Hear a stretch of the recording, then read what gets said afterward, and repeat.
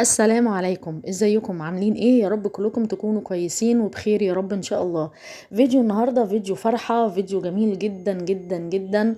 لو اول مرة تشوفوني ما تنسوش تعملوا لايك وتشتركوا في القناة وتفعلوا زر الجرس عشان يوصل لكم معايا كل جديد. دي بقى كده لازم اقولها لكم في كل فيديو. النهارده نيرة نزلت بفيديو علينا في قناة خالتها ام سما، ان هي عامله ستوري فرحانه ومزقططه وبصوا يا جماعه ومش بصوا يا جماعه. فانا طبعا انا استغربت، بصوا يا جماعه في ايه؟ لقيتها بتقول بصوا حجابي، بصوا انا لابسه ازاي، بصوا انا فرحانه ان انا عملت الطرحه بالطريقه ديت، انا.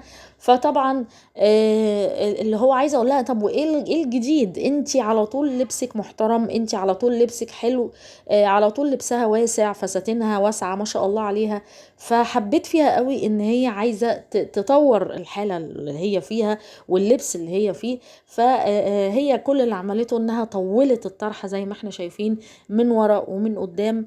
فطبعا انت هتطلعي لمين؟ انت هتطلعي لامك الله يرحمها، ربنا يرحمها يا رب. حتى في اثناء الفيديو نيرة لمحت كده، قالت في حاجات في دماغي بس مش عارفة يعني هعملها ولا مش هعملها. ممكن تكون حاطة في دماغها انها عايزة تلبس نقاب.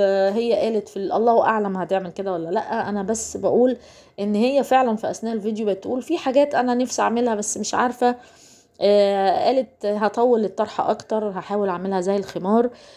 ربنا يثبتك يا رب يا نيرة. ومن غير حاجة يا نيرة، انتي لبسك جميل ومحترم وانتي جميلة اصلا.